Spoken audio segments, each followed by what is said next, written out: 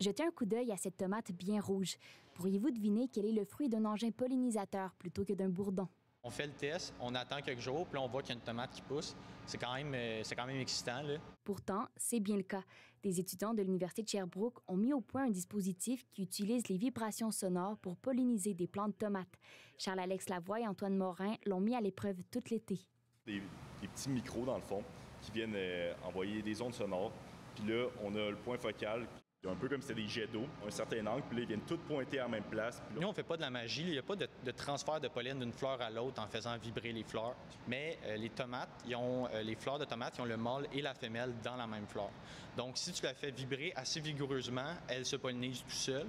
Ils estiment que leur prototype pourrait faciliter le travail des sériculteurs, tout en permettant aux plantes de rester à l'abri des maladies transmissibles par les bourdons. Mettons, s'il fait trop chaud, il y a une canicule l'été, le bourdon s'en va dans sa ruche, puis il ventile la ruche pour que la reine survive.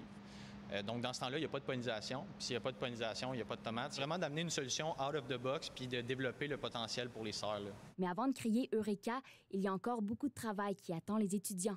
Il faut rattacher ce module à un robot pour qu'il puisse identifier les fleurs à polliniser et effectuer ces tâches de manière complètement autonome. Les requis pour le robot, c'est vraiment qu'il soit capable de circuler entre les rangées d'inserts. Il faut qu'il soit trop large.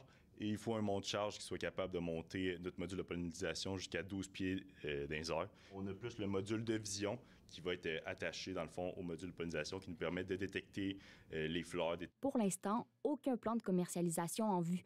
Les étudiants s'affairent plutôt à terminer leur robot juste à temps pour l'exposition Méga Génial, une foire qui présente les projets des finissants de la faculté de génie de l'Université de Sherbrooke, prévue à la fin du mois de novembre. Finir le bac avec notre projet qui fonctionne bien, ça termine bien le bac, là. Ici Laurence Tran, Radio-Canada, Sherbrooke.